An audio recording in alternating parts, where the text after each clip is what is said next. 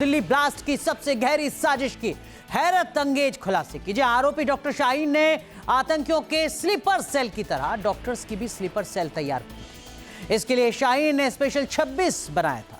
उस टीम में भर्ती भी शुरू कर दी थी, लेकिन अब जांच एजेंसी स्पेशल 26 के खौफनाक इरादों की खबर उनको लग चुकी है और इसका जो जांच का दायरा है वो अब लगातार बढ़ रहा है।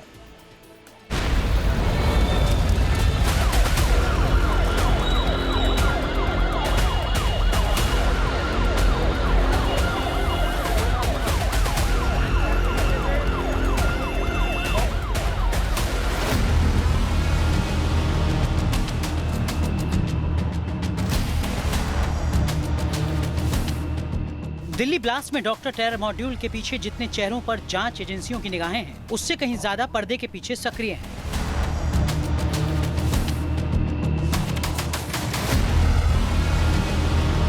दिल्ली धमाके के आरोपी डॉक्टर शाहीन एनआईए की गिरफ्त में है, लेकिन इसके टेरर नेटवर्किंग के खुलासे ने जांच एजेंसियों को चौंका दिया।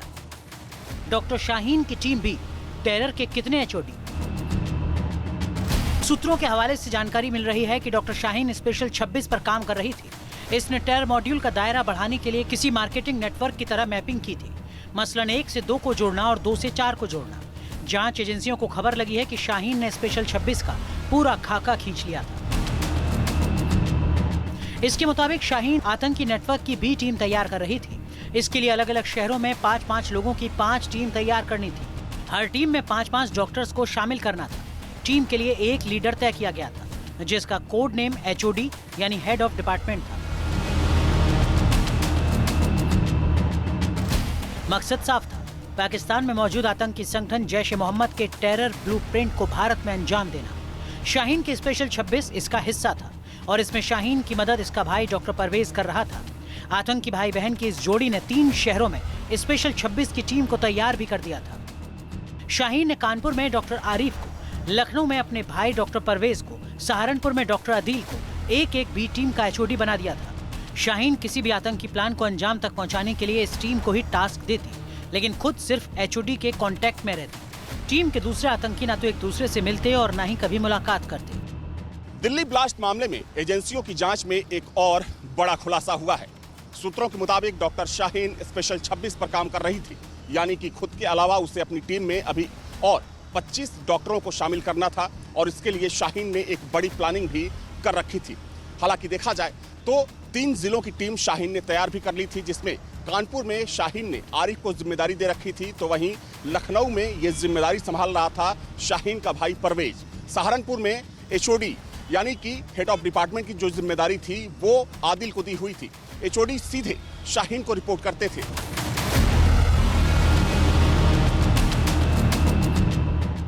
शाहीन की ये बी टीम एटीएस के रडार पर है।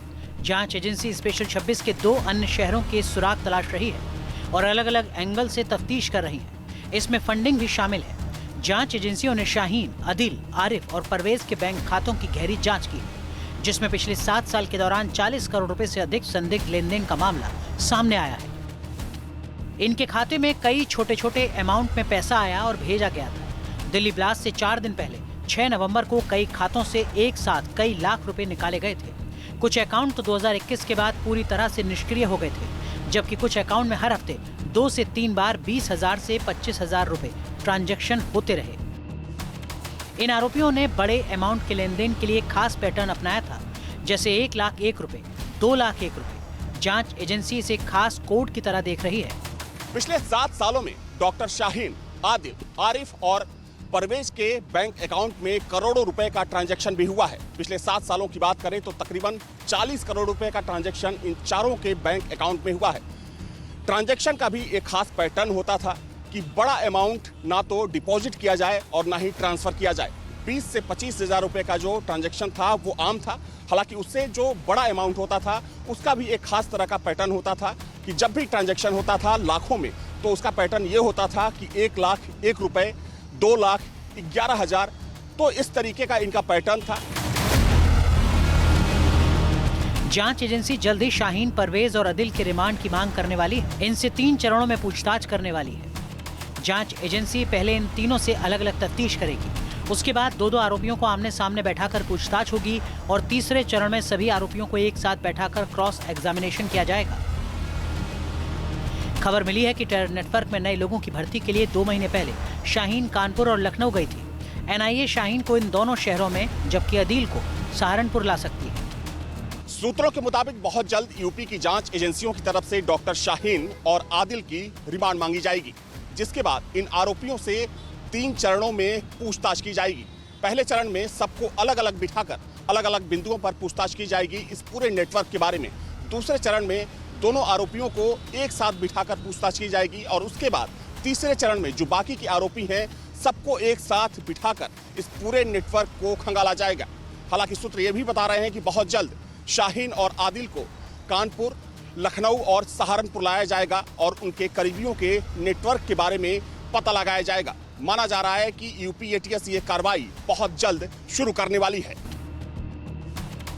शाहीन आतंकियों के स्लीपर सेल की तर्ज पर डॉक्टर्स के टेरर स्लीपर सेल को बनाने की साजिश रच रही थी। आतंकी आदिल का सहारनपुर को मिनी अलफला बनाने का मास्टर प्लान था और इसी को लेकर वह अनंतनाग से सहारनपुर आया था।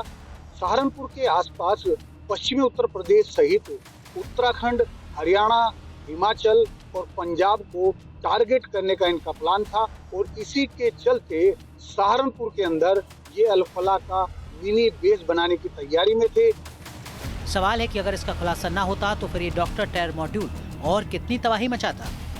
3 चरणों में पूछताछ होगी।